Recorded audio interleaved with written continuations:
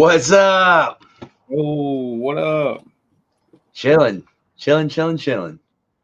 Welcome to another episode of Lows and Loud podcast. We got the motherfucking homie OhDreamer in the house with us tonight. How Thank you you doing so tonight, dog? Oh man, I'm doing great, bro. Yeah. Hell yeah. Thank you so much for having me on, man. I appreciate it. Absolutely, man. Absolutely. Lee should be hopping in here in a minute. Hell yeah. I guess we can go ahead and start where every decent interview starts. Tell me a little bit about your roots, man. Like how you hopped into the scene and got into music and everything. When was that defining moment where you were like, "Fuck, man, this music shit is it"? Yeah, man. So I was 15 and I was really inspired by this band, Snot. I don't know if you've ever heard of them. I've not. Phenomenal band. Their singer ended up passing away, far too early. Rest in peace, Lynn. But yeah, man. So I was really big into this band Snot, and I was just kind of singing along to their tunes in my bedroom one day with the boombox blasting, kind of thing. And that's like the first time that I discovered my scream kind of part, and it caught me a little off guard, and I was like, "Whoa, that's really cool. How do I do this like into a microphone now?" Right? So I took my sister's karaoke machine out to the garage at the time, and when I, again, 15, still remember the house, and started doing it into a microphone and was like, holy shit, I can scream. So I started singing Snot. And, as I kind of kept doing it, I was like, man, this is what I want to do. Like, this is amazing, and like Lynn Strait was that was his name, the singer of Snot, man. He was just such a big inspiration. I got really big into, I was huge into Metallica. I was big into Pantera, um, so, but it all kind of started at 15 with my sister's karaoke machine. Yeah. Hell yeah, man. Hell yeah. So when did you start like incorporating like doing a little bit of like rap here and there into everything? Yeah, man. So I've always really been like intrigued by like writing hip hop, or rap lyrics or whatever the hell you want to call it. So even in like my earlier capacity, like just starting off into music, 15, 16, 17, I would just kind of like write lyrics to anything really, and I did, some like hip hop stuff, I don't really know like how legit it was at that point in time, but I did some stuff and I liked it.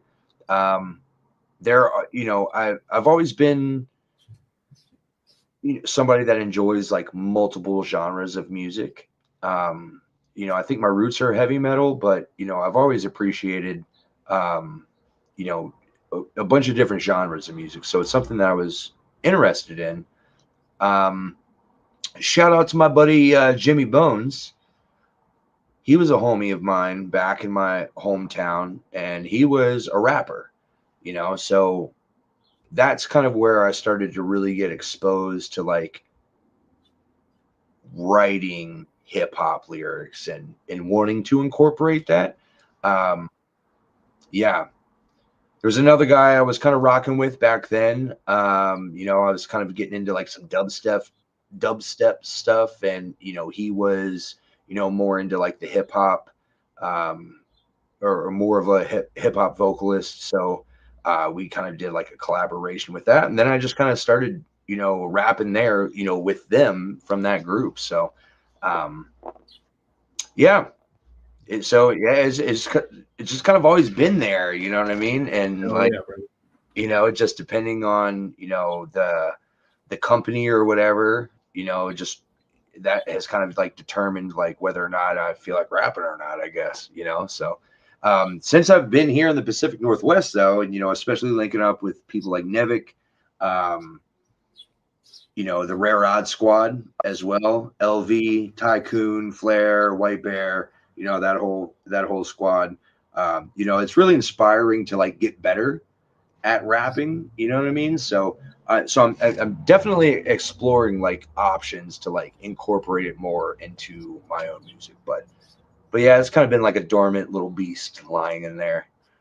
Bro, I've heard some Yo, fucking yeah, rap that's shit good. from Thank you bro. that's fucking sick, bro. Like Thanks, I've man. heard you fucking tear a mic up, dog, and it's a beautiful thing, man. Thank you, man. I appreciate Yeah. that.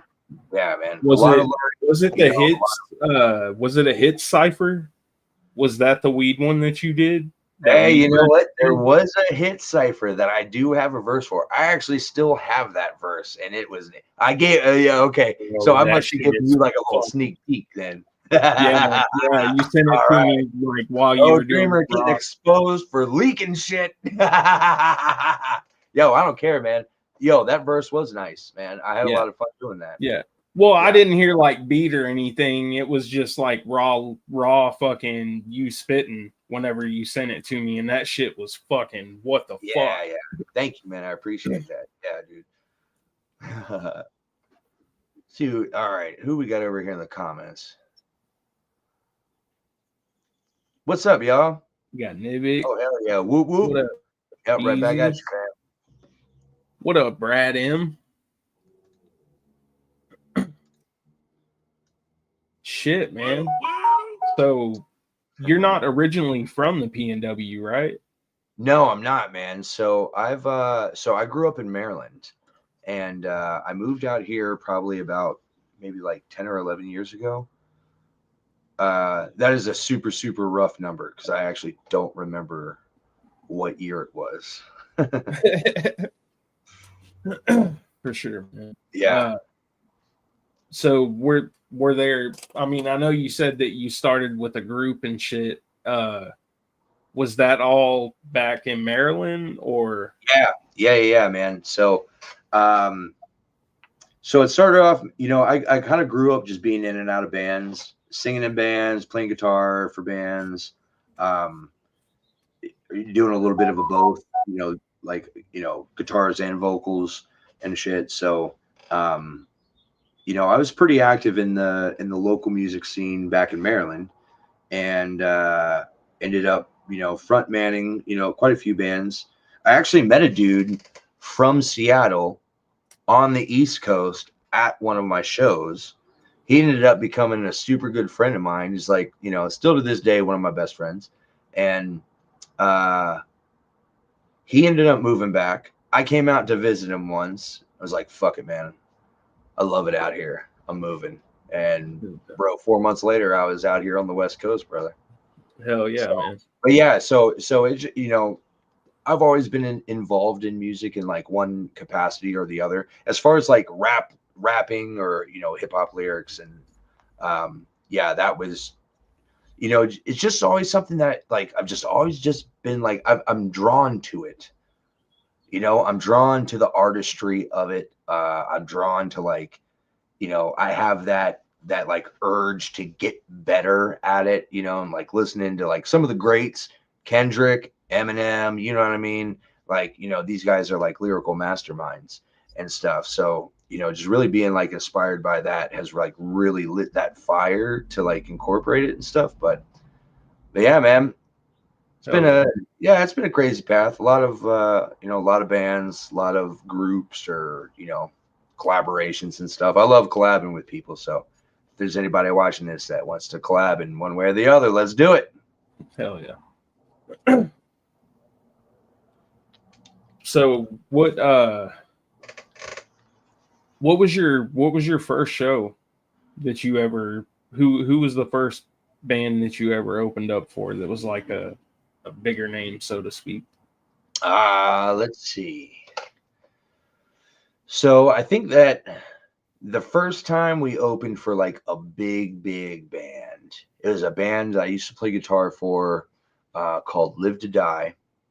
And I want to say it was Mushroomhead that we opened for. It was Mushroomhead and the Human Abstract, I think. Hell yeah. It's So, fucking dope. yeah, dude, amazing show. Yeah, I don't know if you've heard the Human Abstract, but they were like, dude, they were badass.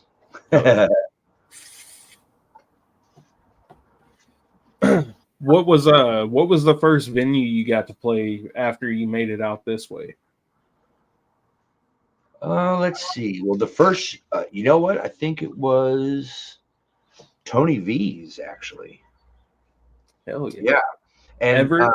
Up in yeah, Everett, bro. yeah. Yeah, I think that was my first OhDreamer show. Fuck yeah, brother. Yeah. So check this out. I had been to Tony V's. I used to live up north.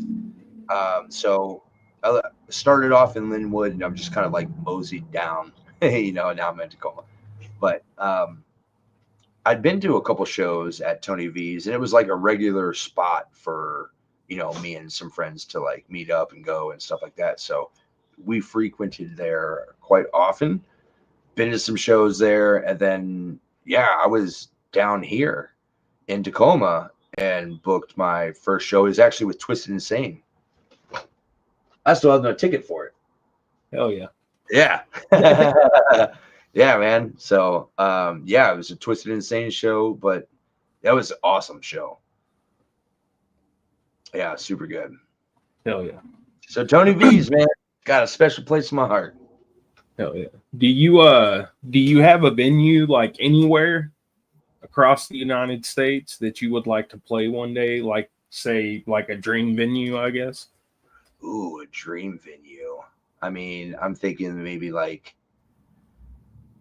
probably the Whiskey or like the Machine Shop, one of those.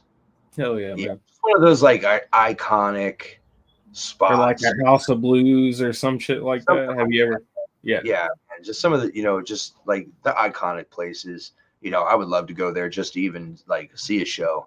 I played at the Hard Rock Cafe in Seattle before they closed down. So, that was kind of like a bucket list. I think I remember hearing something about that show. Oh yeah. Yeah. Oh yeah, Me and somebody else got kicked out. So, okay, hold up though. This was some bullshit. I went outside. I still smoked cigarettes then. I went outside to smoke a cigarette. We saw somebody that we knew, right, walking down the street with a bottle. We were talking. That was that. We were about to go back inside, and the people came out and were like, hey, you can't come in here because she has an open bottle. Because they have an open bottle. And I'm like, well, what are you talking about? Anybody can have an open bottle around here, you fucking idiot. Like, what are you talking about? Like, never dude, got I argued with their manager. Like, dude, they brought fucking everybody out, man, because I was hella pissed. Dude, I had all my merch and stuff upstairs, and it was like my wife and her friends, like we had people upstairs and stuff. And I was like, dude, what are you like, look at your fucking security footage, man. Like, nobody was out here drinking, like, just because dude, it was a whole big fucking thing. Yeah. So I ended up getting kicked out of there. Crazy. But then they shut down like a year after. So I was like, take that. Different being a dick. Fuck, man. Yeah, dude, it was ridiculous, man. And like, I was like, the security guard that was standing outside seen the whole thing too. He was like, I know that you guys were drinking off the bottle. And I'm like, nah, man. Then why? Yeah, it's like, then why? Oh shit! They seen what you were doing, bro. Yeah, they saw it, bro. Yeah, Nevik was there for that fucking show. That was man. That was the show that we fucking played. I called Kevin too, man. I was like, Kevin, this is bullshit. For real, man. I know you guys fucking kill the underground, dog. Like, anytime somebody big name comes through, like, you guys just did one with Kung Fu, right? Yeah, man. Yeah, shout out Kung Fu Vampire. Hell yeah. Shout Larry out. Coleman, Blue. Yeah, that whole Action Paxton too. Yeah, man, that whole squad. They were absolutely gems, man. We had such a blast hanging out with them. Dude, Hell yeah. it was so dope. And I wasn't even on that show, like technically, you know what I mean? Like it was a Nevik show. Yeah. But we did Static and I don't know if did you see the videos? I saw a couple little clips. Okay, yeah. I didn't So, get to like we watch got a lot of it. a little something going on, with that as far as like, the introduction and everything like that. It's a little bit more theatrical and shit. But yeah, man, it's been a hit. So, we've been doing it and people really seem to enjoy the song. We've been getting, so much great feedback from it. So, and again, this is the Static, just the song that I'm featured on. It's a Nevik song. So, yeah, man, it's been dope. Kung Fu was awesome, man. He was super dope, man. Yeah, Larry Coleman, dude, that guy's a fucking homie. Everybody should check out Larry Coleman for sure. I'll definitely check. And Kung Fu, right? But Larry's a homie. Hell yeah, that's dope, dog. So we had Nivik on here and kind of got to talk a little bit about the new image with him and the asylum and all that shit. So what is up with the priest, bro? What's up with the priest? OhDreamer. So, so a couple things. Bought some land in Scotland, Scottish Highlands. So that gave me lordship. Then I became an ordained minister. So I have the title Lord Reverend now. So Lord Reverend OhDreamer, which is pretty damn cool. Just saying.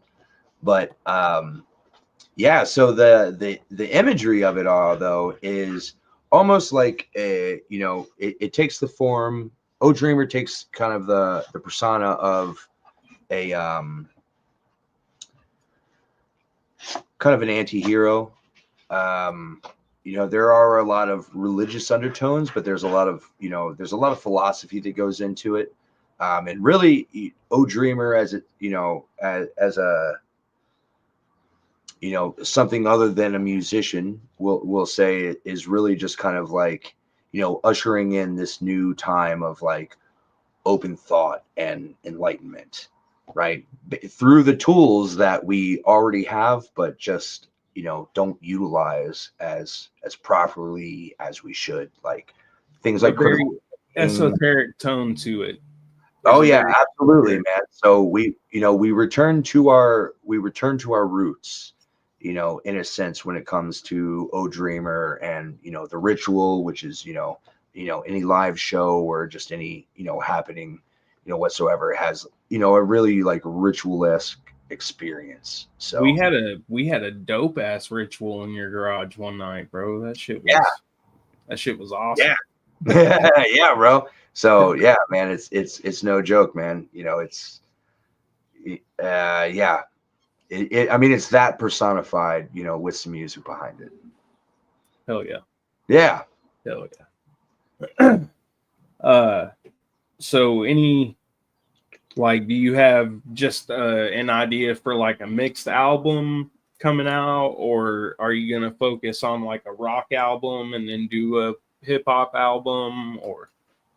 I think I'm gonna try and keep the flavor of my original EP that I put out. You know what I mean? And I mean that was like a little bit more electronic with a hip hop track on it.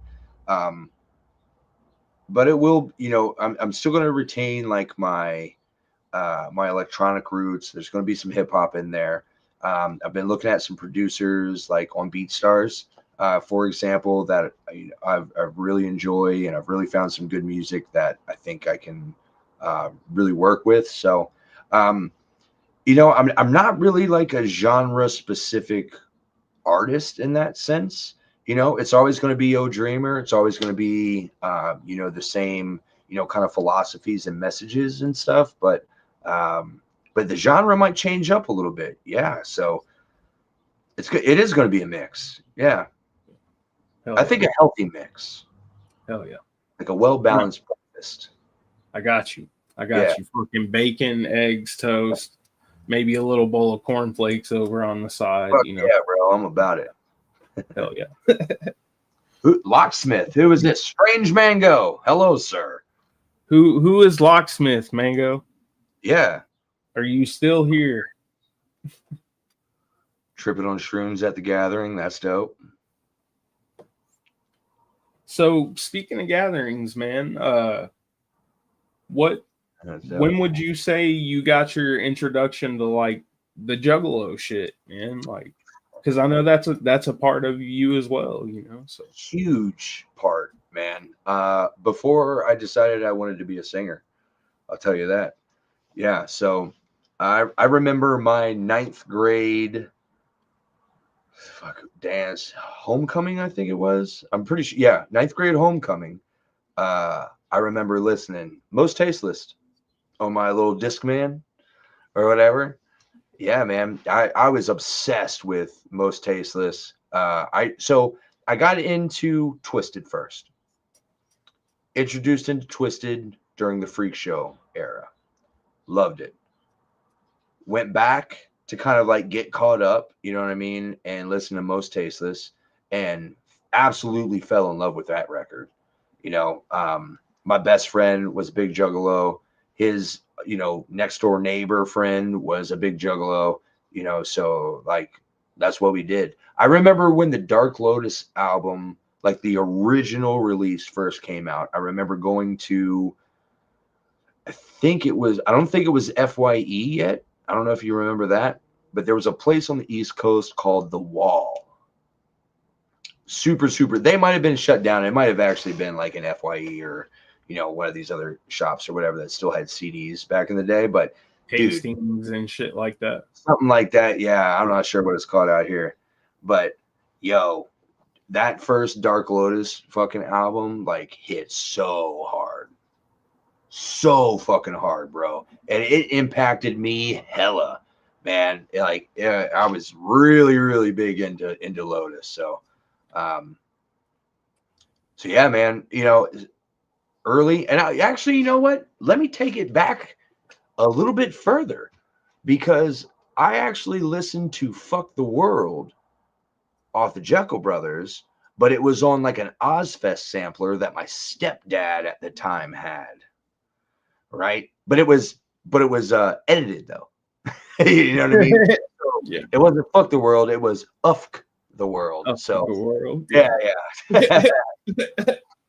So I don't know. So maybe maybe that was my like introduction probably to like the Juggalo scene, was listening to that sampler demo edited or whatever. Yeah. So hot take shit, man. Mars or ABK? Both. Both? Fuck I yeah. say both. Fuck yeah. I'm inclusive as fuck. I know that there was like some weird beef or something, I think, with Mars. I don't know. Maybe there wasn't. That's what I. There definitely was. There was. Yeah. Yep. It was a little bad. Looking at the record, all like the personal bullshit, like the politics and stuff aside, looking at the record, I preferred Mars. Yeah. I can see killed that. it though. ABK killed it though. And Like, see, it's why make us pick. Just give us both, you know? Yeah, I'm down with both. Just give the people I like both. But I really got into Mars Versus like on the original Lotus album. Because it just seemed like it like really fit, and it was new, and I liked his voice, and yeah, man. It's so dark, bro. Like bro. it really his shit stuck out more as like a dark than I think it was a track Headache. Almost everybody. Like track 9 was Headache, I think, with Mars on it or whatever. And I cut the head off the devil, then I throw it at you. I think that was Headache.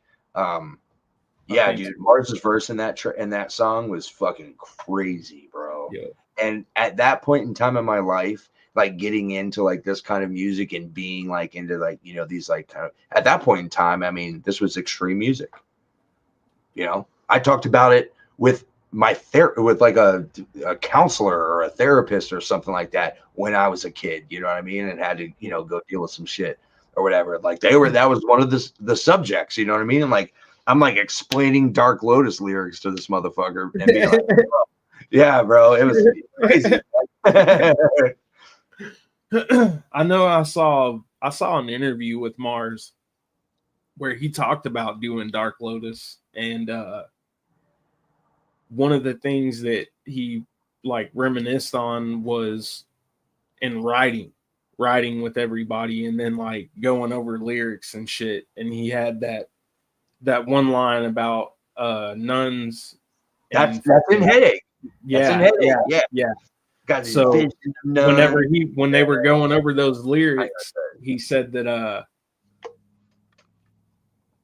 one part of Twisted, it was either Madrox or Monoxide. One was like, "I'm not going to hell for something we put on a record." You know what I mean? And feel that, brother. Sorry, good. But yeah, that was one of the things he had talked about, was Twisted being like, "I don't want to go to hell for something we put on a record." Yeah. I mean, you know, it's a really funny point to make. There's another band. It was like this really early deathcore band from the UK called Emily Rose. Emily Rose, all one word. I highly recommend you check them out. They're old. They're just like super old, like early 2000s demos, like maybe 2006, 2007-ish or whatever. Deathcore, but super good. They had this one song called something that I don't remember, and dude, what is it? End of Day? I have to look it up now because it might be End of Days, which I hope that's not where I got my idea for that fucking song. Anyway, it's the it's like the Shepherd's Prayer, but like Satanized and like just dark and backwards and stuff. And one of the reasons that they wouldn't drop the lyrics for it is because they were afraid they were going to go to hell for it.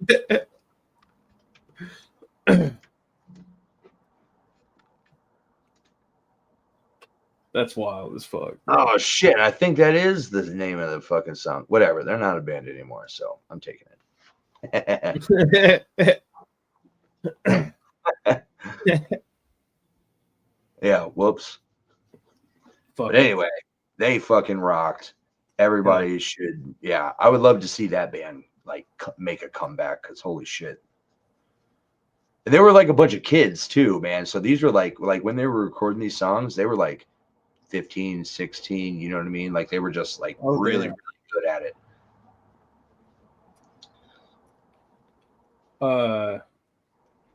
Fuck, man. You want to run that brand new? Oh shit. All right. Actually, before we do that, let's do this. Everybody that's here, I can't see or whatever, but if you're here right now, drop a 1 in the chat, the number 1. Put the number 1 in the chat, and then we're gonna play. Yeah, and then we'll play that new song. And so while y'all are doing that, let me preface this a little bit. So this is a song I'm currently working on. Still demo stages, so it's still pretty fresh, pretty rough, but you're gonna get an idea for the vocals.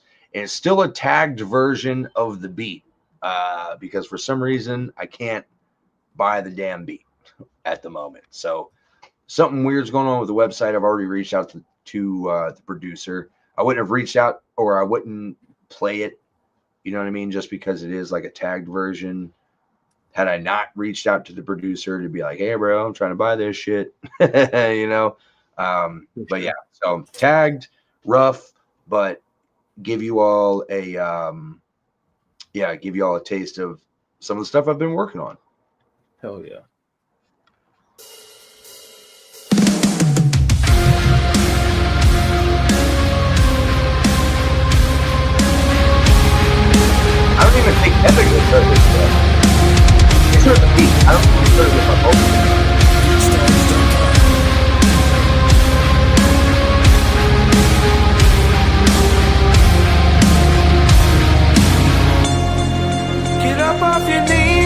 gods are forgotten, the masters are murdered, and we were led astray.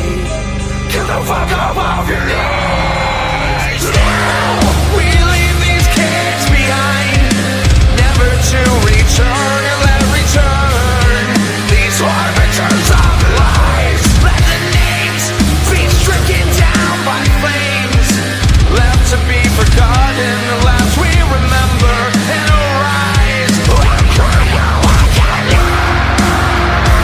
Alright, the burning will fade until all that's left is decaying. So aim for the head this time, fire away and the flames will ride the names of atonement. I didn't think so. Ryan didn't beat it this time. Stepdad. They were out there with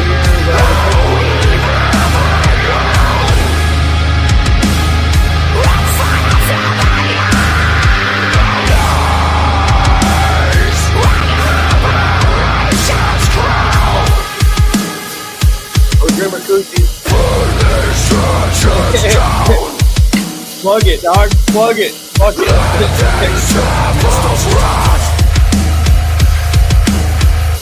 Thank you, Evan.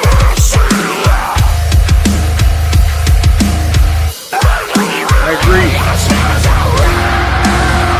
It's alright, the burning will fade until all that's left is decaying. Aim for the head this time, fire away and the flames will ride the names of atonement. Yeah, man. Sketcher. Beautiful. Beautiful. Thank you, man. Yo, Strange Mango, thank you. I appreciate that.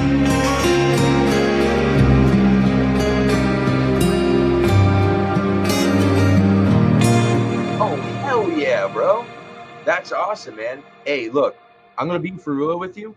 One of my favorite jobs that I've ever had, BeatStars.com. like day jobs, was working at a pizza shop. Dude, literally it was just such an awesome point in time in my life.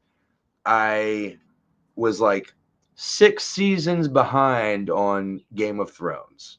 All right, so let's start there.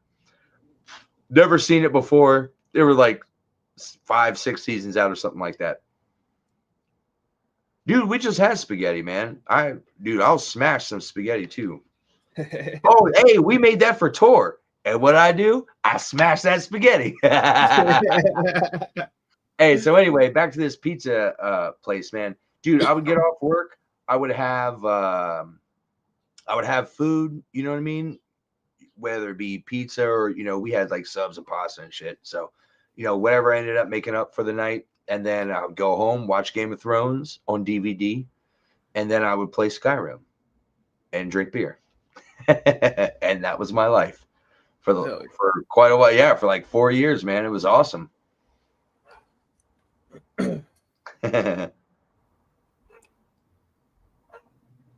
So, fuck, man, what's the shittiest fucking day job you ever had? Like, what was something that you absolutely fucking loathed doing that you were happy to get the fuck away from?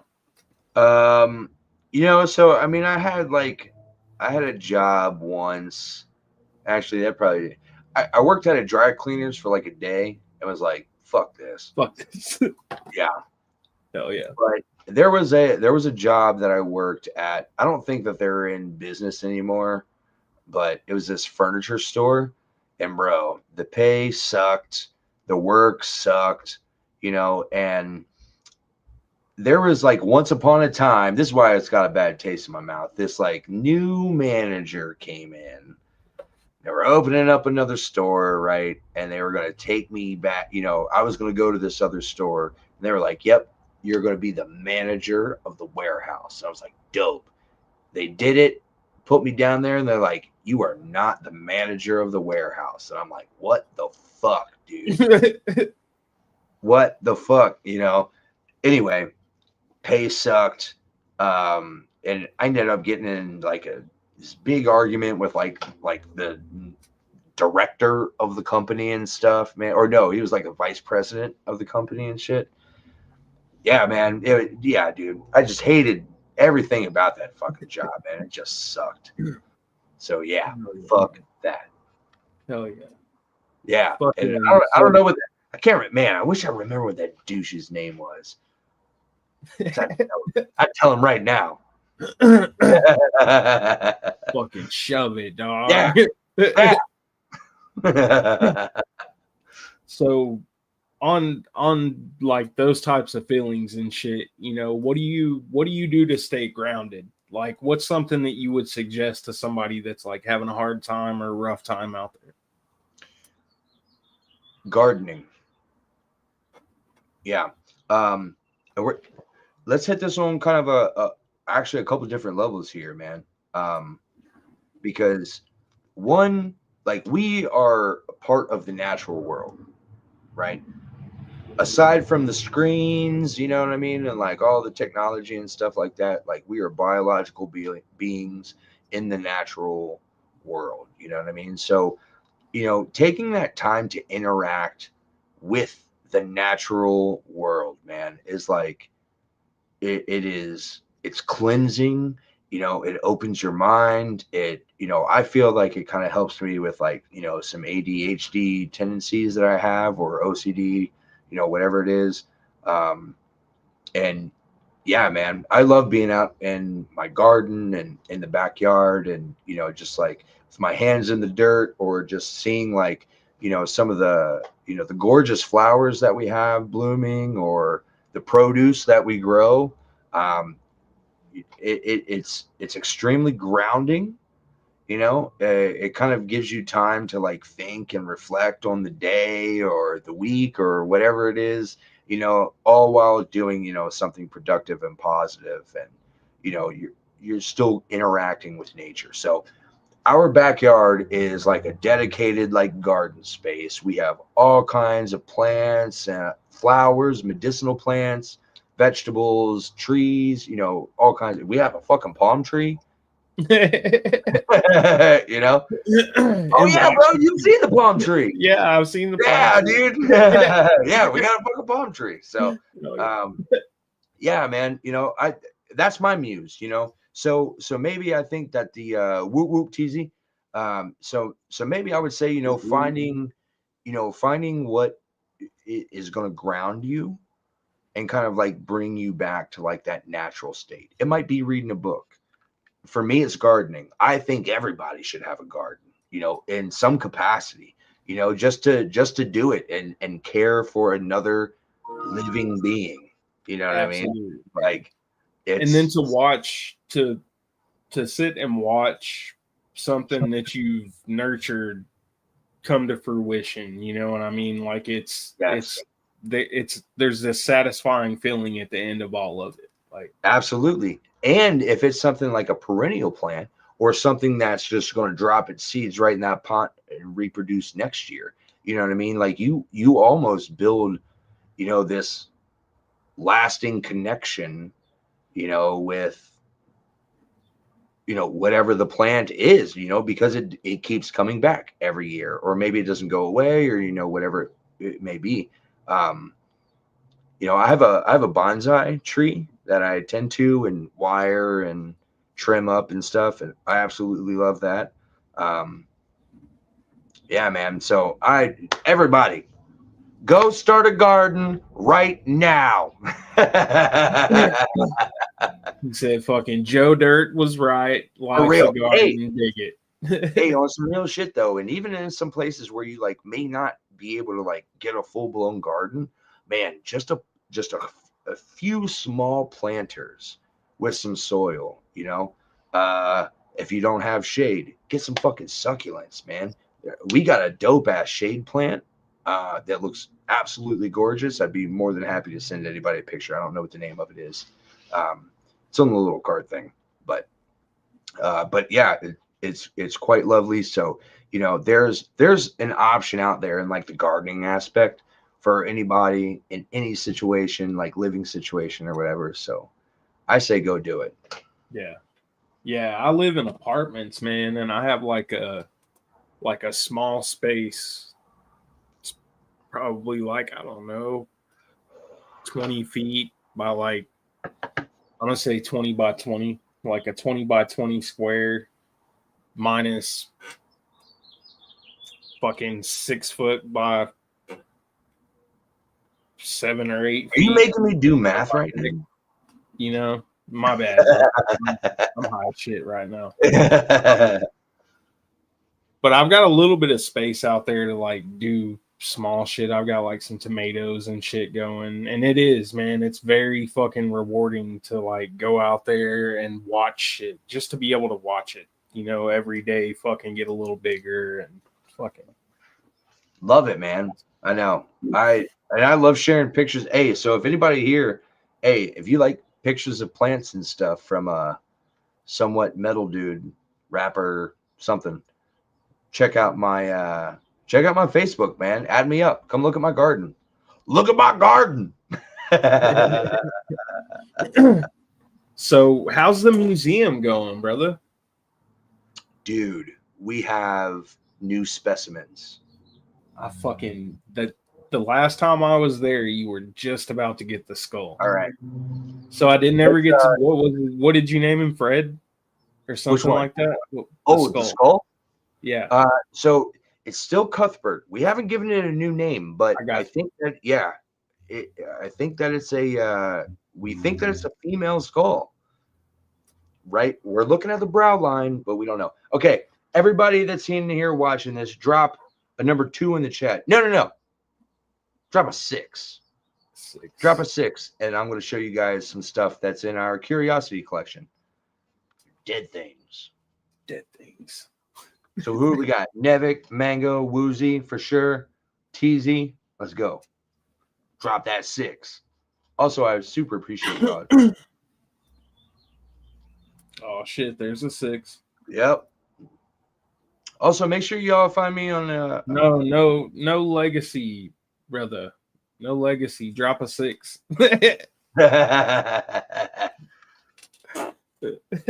Yeah. Once we get 3 6s in there, then I'll go grab something.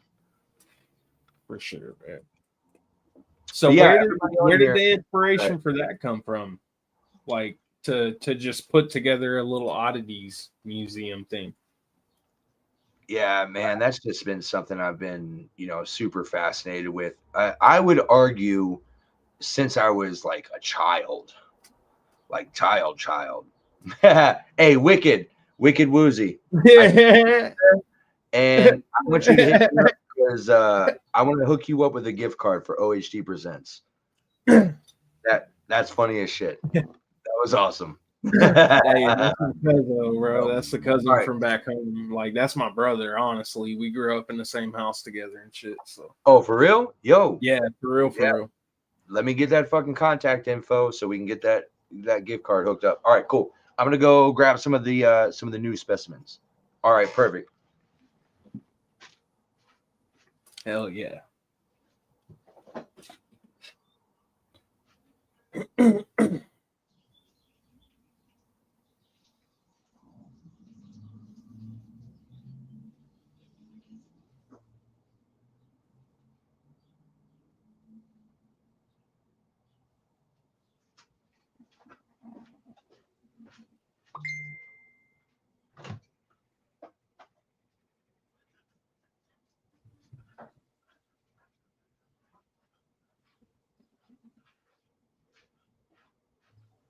All right, I've got 3, but I'm gonna grab one more. Hell yeah.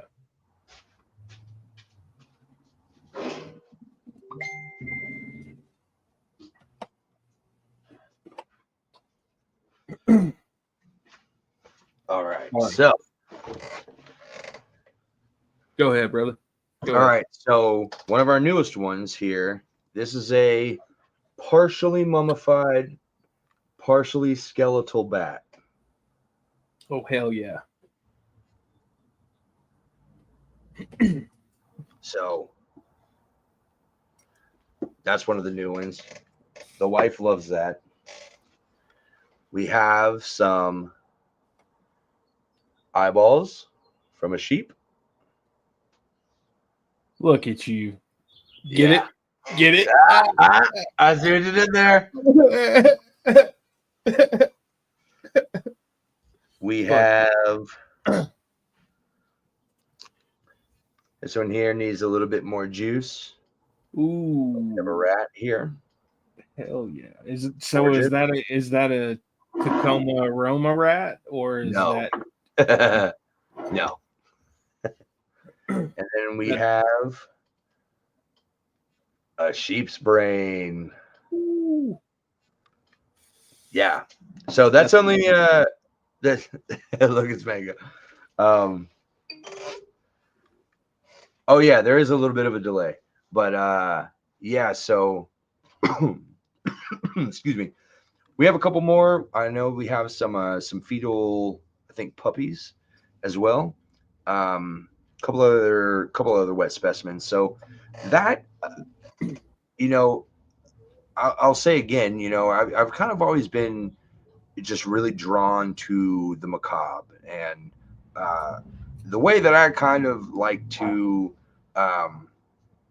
explain it is that we have a fascination of life, right? This is whole simply, cycle? I got you. yeah, this is simply part of the cycle. You know what I mean? And it's something that, scientifically, it allows us to see, like, what does a sheep's brain look like, or what have you. I think that the shock factor of it, is fun, but the scientific value of it is far greater. I think that the I don't really know how, like, to kind of it humbles you in a sense, that we are finite and that we have a limited time, right, to do what we do. So to make good use of that time, or productive use of that time, and yeah, I think is important. It's one of the the things that we can kind of like reflect on. Yeah, man. I just find it all fascinating. I love it. Hell yeah. I want to give it a good home, and yeah, allow other people to really, like, embrace their curiosity in these things. You know what I'm saying? They're gonna look. Oh yeah. If you say, "Oh, hey, did you see that picture of the lamb brains?" Right? People's gonna go look. They're curious, right? Absolutely. But it's considered weird, right? So is the goal? That curiosity is you know what I mean? It is natural, and I think people should embrace it. So that's what we want to do, and that's what I built OHD Presents on. You know what I mean? The whole journey inward mantra is just really about embracing, like, you and the things that you like and the things that you want to do and the way that you want to spend your time here on this earth. Hell yeah. Consciously, at least. So is the goal like something akin to Captain Spaulding's little oddities shop, or? I would love to, yeah, man. So I would love to have an oddity shop, museum, if you will, that people could come and explore and look at, and just really enjoy the macabre. I would love to have it also be, some kind of, like, retail apparel store, right, and just really kind of incorporate the brand with the things that inspired me to start the clothing brand to begin with. Oh yeah. Yeah. So any plans on like doing in-house prints and shit like that, or So is that all? we do some. Excuse me. Yeah, we do some. Certain things, like anything like super custom, like as far as like jerseys go. There's a particular like style of jersey, short sleeve jerseys, excuse me, that we'll print in house. Yeah, so there's some things. Hell yeah. But for the most part, I go through my production company. I They didn't do know you were doing that at all, brother. Like at all. I didn't know you were clothing doing brand? you were no that you were that you had like your own screen printing and shit going on. So I don't have, so it's not a screen print. So I do have like a heat press with, the vinyl Like and that. So sublimation type. not sublimation. It's so it'll be like heat press vinyl. Gotcha. So we do that in house. Yeah. Oh, look at that! Look, you gotta hook up. Give me a jersey, cash. Hell yeah. Hey, so the last So OE jersey that I made, I actually sold at a 420 Fest. Not this past year, but the year before that. It was a 1-of-1, man. Love doing 1-of-1s. Let's hook them up. Let's make it happen. Cash is gonna buy it for you. no pressure. No pressure. I just fucking this guy. Hey, but for real though, hit me up about that gift card. You're gonna hit me up. So, House of 1,000 Corpses or The Devil's Rejects? Both. Both. You're like, how the fuck are you supposed to pick between those two? Yeah, no. That is so.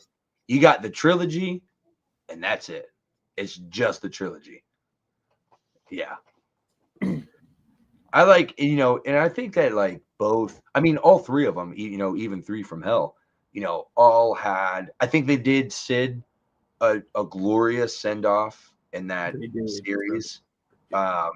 So I think that they did that really well. The Devil's Rejects, I think the ending of the Devil's Rejects was like extremely powerful. I think the ending of House of 1,000 Corpses was like a little bit like, oh shit, they're gonna make another one, but I've been hearing a lot of talk about, people wanting to see like a Dr. Satan movie.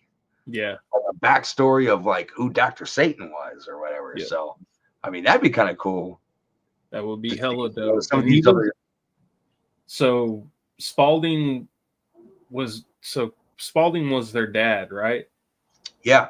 Something like that. Yep. And then Dr. Satan was his dad, right? Yeah, Cutter. No, is that how it goes? I think that's what it was, bro. I think Dr. Satan might have been Cutter's dad. Whoa, dude, that would be super dope. Like that was the start of it, and then he figured out how to keep himself alive, you know what I mean? But then to like further it, you know what I mean, to better understand it, he had them bringing him people to experiment on and shit, you know what I mean? Shit. Like maybe that was Gramps, you know? There was a grandpa though, right? There was in the House of 1,000 Corpses, yeah, grandpa. So maybe that was, or was that the uncle? Was that, I need to fucking. He was grandpa. He was grandpa. So maybe Dr. Satan was grandpa's dad or some shit, or fucking, I don't know. Shit. So I hope that they do it, man. I hope that they do like some of the backstories into like some of the characters, because that just opens up so much, man, cinematically. Yeah. Yeah, like if even to do like a man, but who would replace Sid? You know, and I'm like, there's no, like take it back to maybe when Baby and Otis were kids or some shit. Like, I don't know.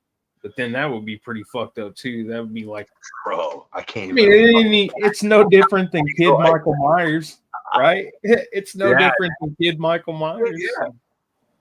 Yeah. Woozy, rewatch them, man. I have like a collector's set with them or whatever. I kept a couple of DVDs, you know what I mean? Like we have a couple like staples.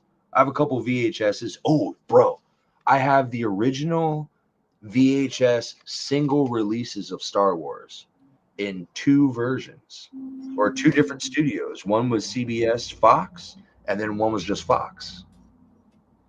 Hell yeah, dude. Yeah, bro. I completed those fucking sets. I'm just looking at it over here. I was seeing if I could see my House of a Thousand Corpses box set.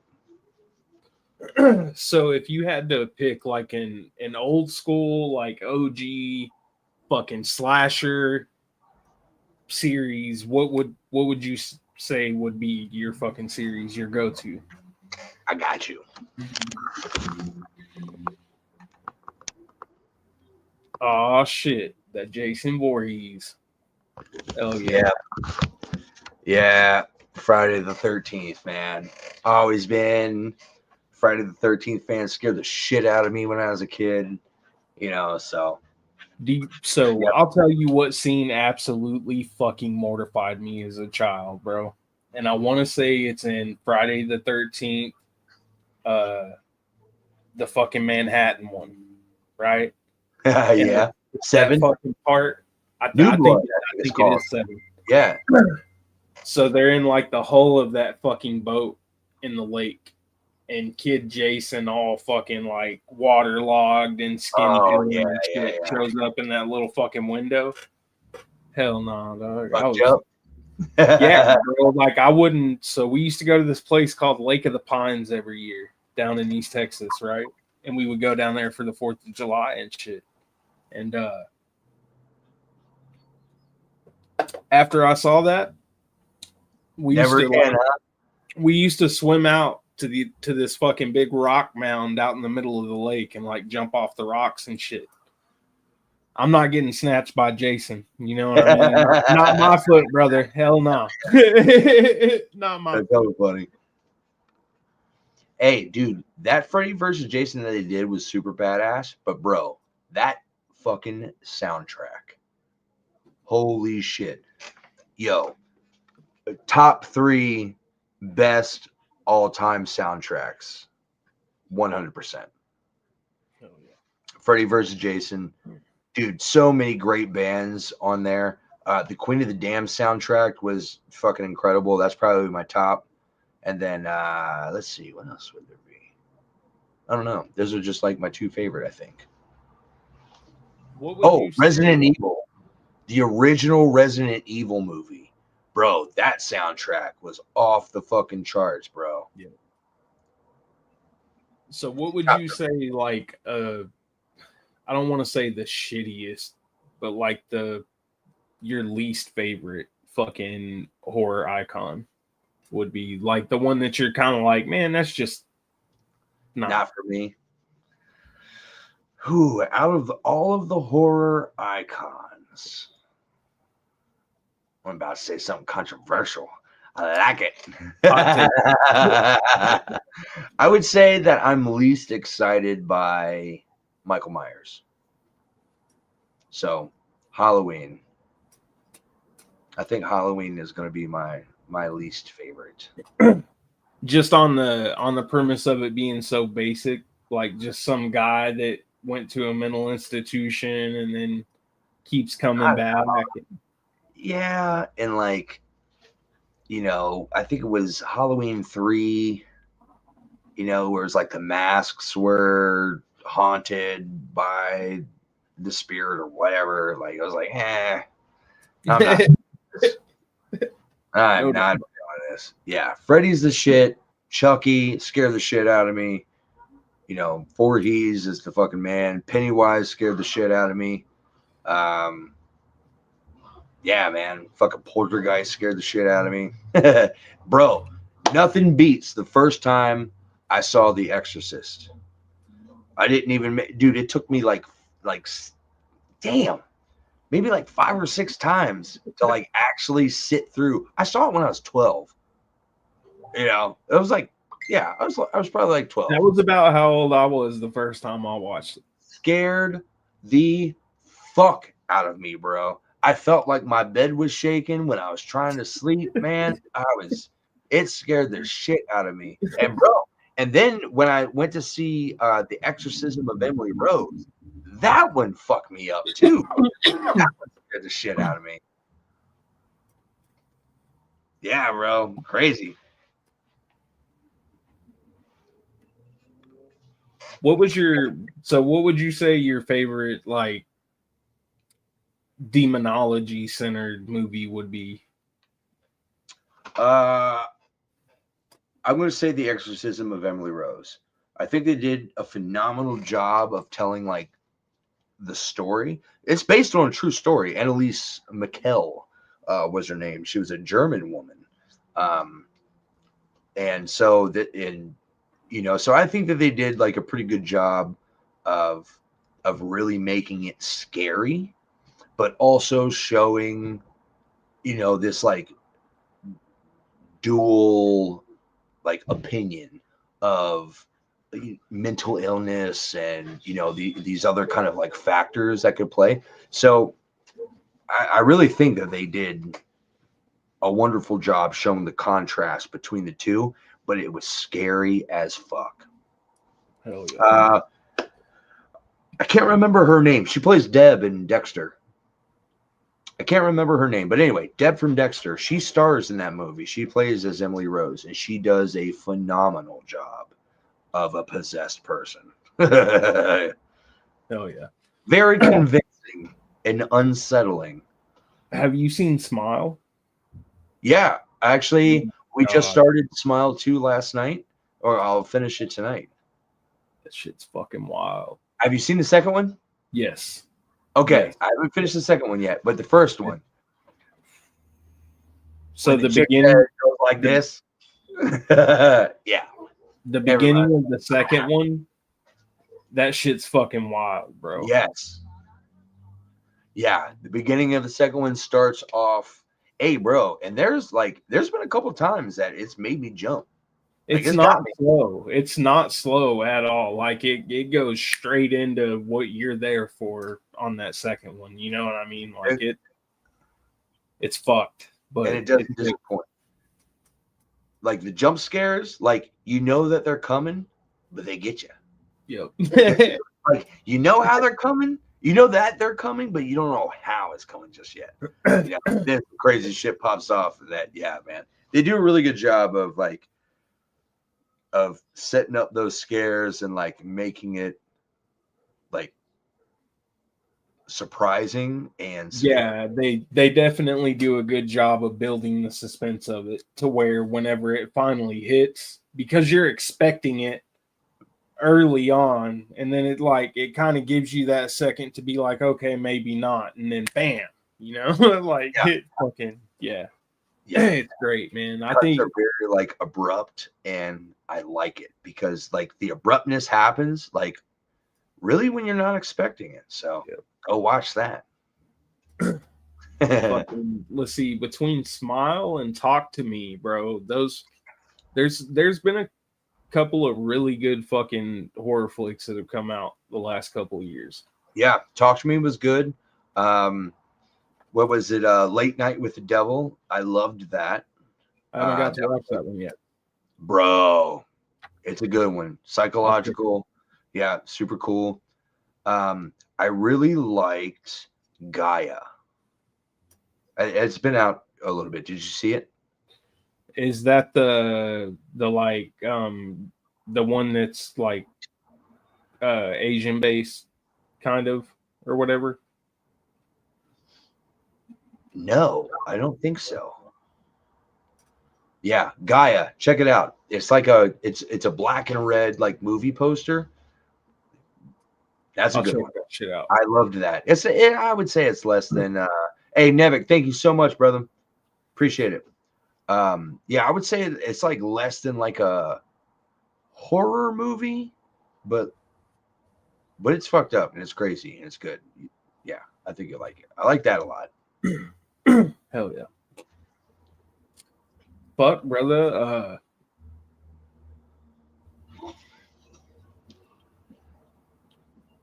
Maybe we fucking let's see. I'm pretty sure I have static in here if you want me to run that shit, and then we fucking yeah, man. Yeah, I know. Good. Yeah, I know Nevik. Yeah, brother. I know Nevik is just piecing out. So everybody that's still here in the chat, this is Nevik's song. I'm featured on it. and it's called Static. So, fuck yeah, man.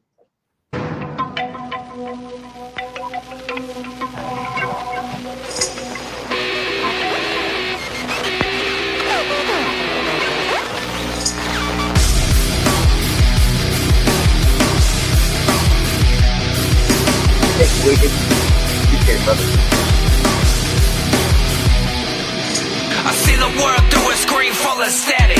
Buzz in my brain, it's a war, it's erratic. Truth gets drowned in the noise and the panic. Lies stack high like a cold with a manic. Grip on the mind, on the spine, on the soul. Every word's poison, they're losing control. White noise burns, yeah, it cuts like a blade. Dissonant grows till my thoughts start to fade. White noise kills the mind. Skies on silence, love beyond. Fire out, I'm paralyzed. Smoke down, down, and burn my blood. Static, to all the senses until we don't feel a thing. No man, so naive. Blinded on the lights when we decide to leave the cave. And honest reprieve. I got a little Easter egg for you. The pen is truly mightier than the sword, cutting through the noise. My weapon of choice is my words, and I've been seeing in infrared silhouettes and heat sigs, riding on the rollers, apocalyptic. That's eagle vision. They don't want you to see what's behind that smoke screen, feeding the propaganda machine. Nah, so cut the fiber out the cables, get the wool about your eyes, and change the channel. The station is just static. One noise kills the mind.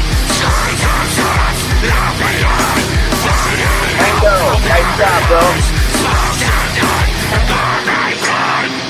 Static, to all the senses until we don't feel a thing. No man, so naive. Blinded on the lights when we decide to leave the cave. And honest reprieve. Bro, doing this shit live is a vibe. We just did this shit at Punch the Vampire, and it's fucking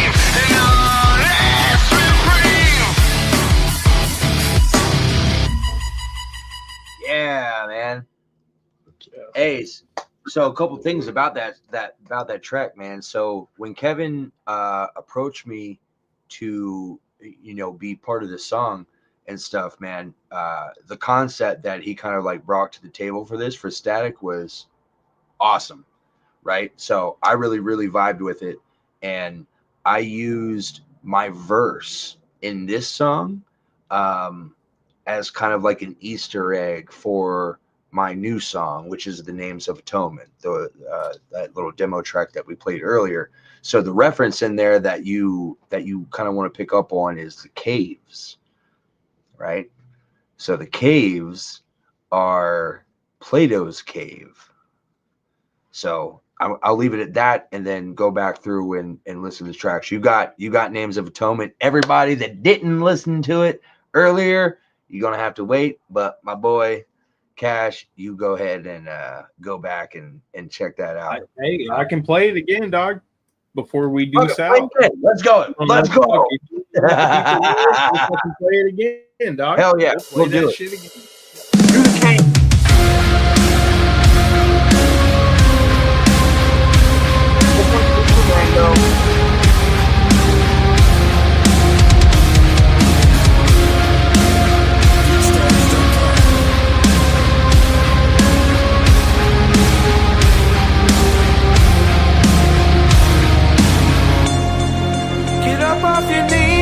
Are forgotten, the masters are murdered, and we were led astray.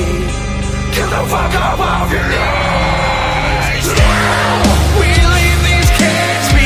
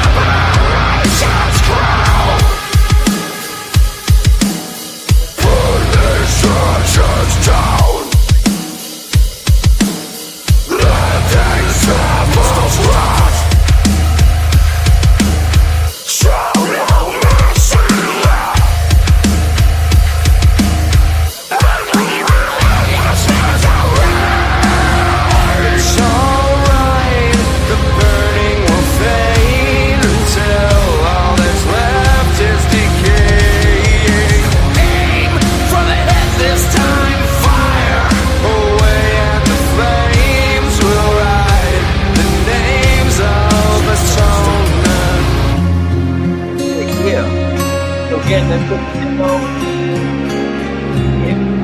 But it's something I'm actively working on. So it'll be dropping.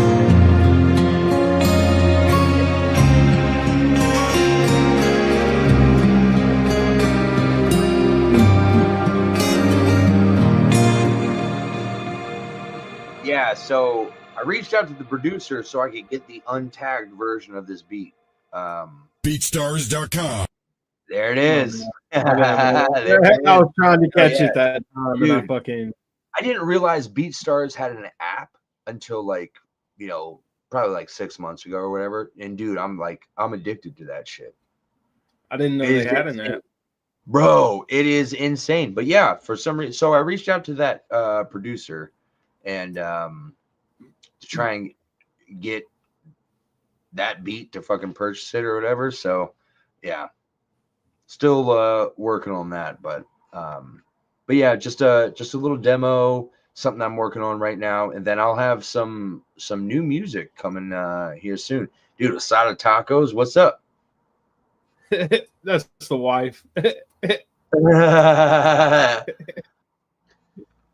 Yo, I think everybody could use some tacos right now. Are we about to bust out and just go eat some tacos? Hell yeah, man. Hell yeah. Ask Cash, he made them. Yeah, I did make them earlier.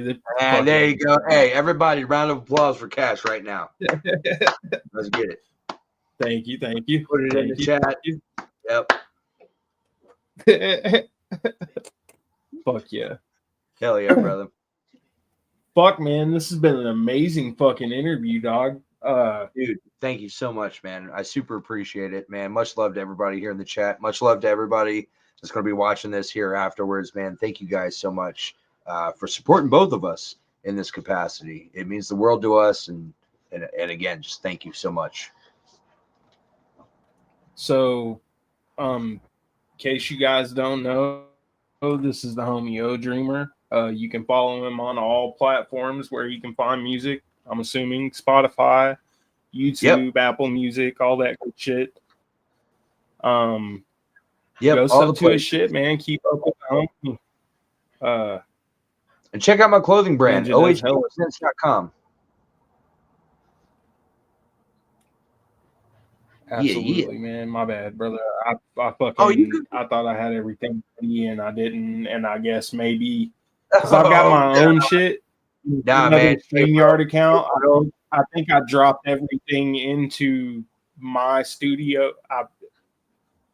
Yeah, it gets wild. Thank you all. Bro. Again, thank you so much for having me on, man. I'd love to do something again, man. Let's set something up, some kind of exclusive listen or something to give everybody here, some gift cards or some shit. Anybody here in this chat right now. Maybe go a little more into the OhD presents side. Yeah. I apologize, man. You can go ahead. Let's fucking do it, man. Oh no, man, you're good, man. But yeah, man, it was an amazing interview, brother. I really appreciate you coming on here and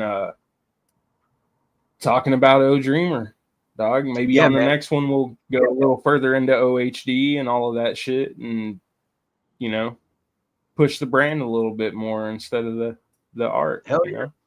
Yeah, man, let's do it. Again, thank you so much, man. And thank you everybody in the chat. Man, I super appreciate it. Thank you so much. Yeah, Cash, you the shit, bro. You already know.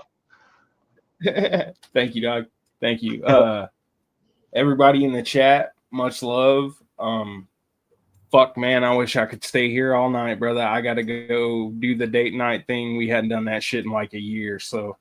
Eat those tacos, bro. Hell yeah. Hell yeah. All right, much love, chat. Thanks for tuning in. I know Lee and them have something else planned that's supposed to be coming up over here on Lows and Loud. I don't know exactly when it is. I'm a shit fucking stream partner, podcast partner. I don't know, but we'll get it figured out. Right now, we're all kind of going through some shit over here, so deal with it. Much love. Whoop, whoop.